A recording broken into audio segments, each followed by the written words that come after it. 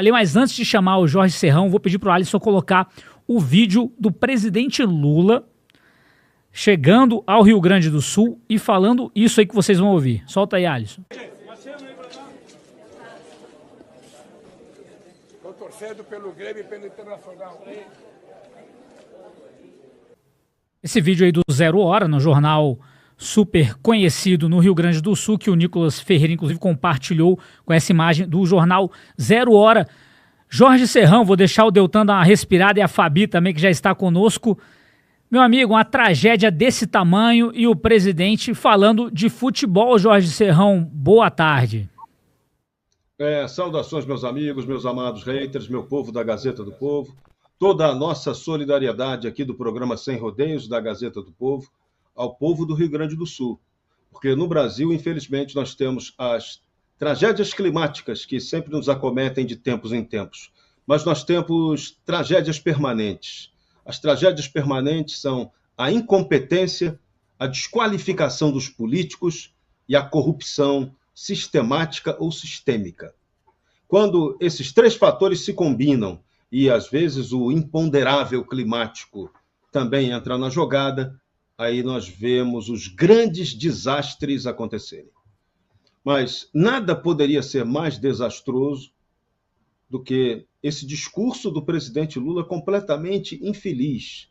Usar uma metáfora futebolística, dando a entender, né, que ele, Lula, está acima das polarizações. Né? Então, ele não é Grêmio e não é Internacional, ele é Grêmio e é Internacional no Rio Grande do Sul, só que agora a questão não é ser Grêmio, nem Internacional, não é ser esquerda, nem direita, é ser presidente da República, que a gente está esperando, presidente Lula, que o senhor seja até agora. Até agora o senhor não demonstrou a capacidade, a competência, a habilidade para ser presidente da República. Estando em terceiro mandato, o senhor tem direito a pedir música no Fantástico.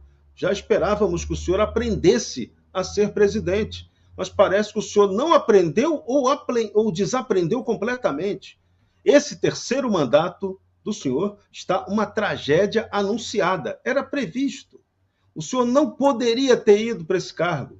Descondenado, jamais poderia ter sido eleito presidente da República. Esse foi o maior erro da história do Brasil. Não interessa aí quem cometeu. Se foi o sistema de poder, se foram as circunstâncias, se foi uma ingenuidade ou estupidez do eleitorado.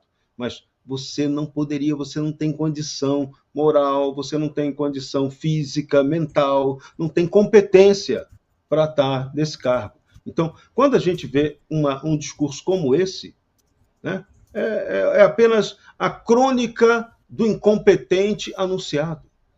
Você tinha que estar ali boca calada, você tinha que estar ali apenas se dedicando a fazer o seu papel como presidente da República para tentar minimizar as tragédias no Rio Grande do Sul. Minimizar, porque a gente aqui, cada cidadão, ninguém tem culpa do problema climático que acontece.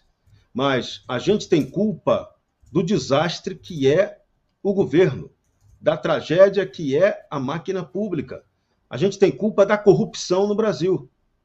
Tem culpa, sim. Esse papo de, não, são as oligarquias as culpadas. Não é bem assim, não. Todos temos responsabilidade sobre isso. Por isso que a nossa vigilância tem que ser permanente. E o discurso contra a corrupção não tem que ser uma questão moralista. Não é isso. O discurso contra a corrupção tem que ser uma postura cidadã. O dinheiro público não pode ser jogado no lixo. Esse ano, Lula liberou aí a toque de paulada, 13 bilhões em emendas parlamentares. Para quê? Com que intenção? Para fazer o quê? Né? E quando vem as catástrofes, o que acontece? É a festa dos corruptos. Toda vez que tem uma catástrofe, os corruptos comemoram. Por quê? Eles sabem que o poder público, em nome das obras de emergência, que são factíveis, não tem outra solução, eles têm ali dispensa de licitação e nessa hora eles aproveitam a dor das pessoas, o sofrimento humano para ganhar dinheiro em cima do poder público, que no final das contas é ganhar dinheiro em cima das pessoas. Então essa situação é a mais abjeta, é nojenta, não tem outro adjetivo para utilizar. E é isso que acontece. Nós aqui somos o país da desgraça anunciada. Toda vez, essas chuvas tem todo ano, essa agora do Rio Grande do Sul, ela repete um modelo da década de 40. Então, é totalmente fora do padrão. Mas todo ano, qual é a pergunta que a gente tem que fazer? Estamos preparados para as grandes chuvas e tempestades que acontecem no verão ou fora do verão ou em outra época? Não, nós nunca estamos preparados. Nós sempre estamos enxugando gelo.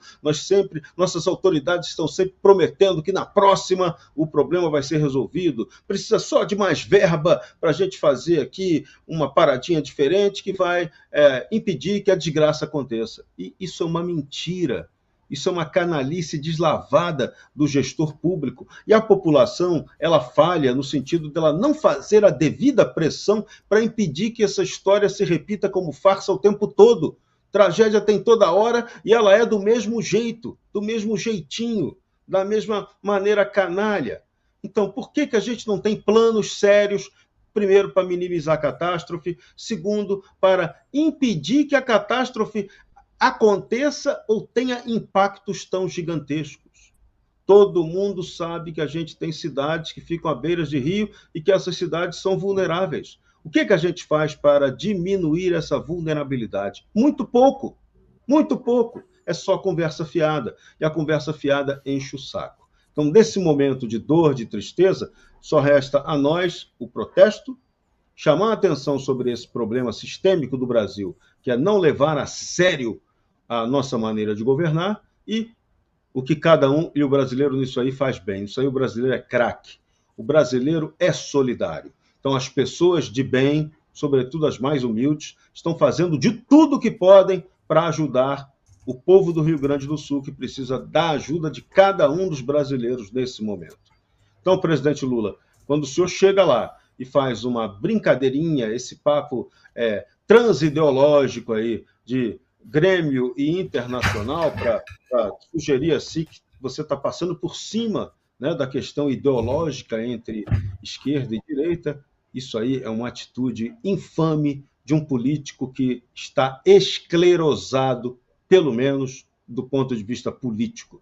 Não sei se também do ponto de vista do ser humano ou do cidadão.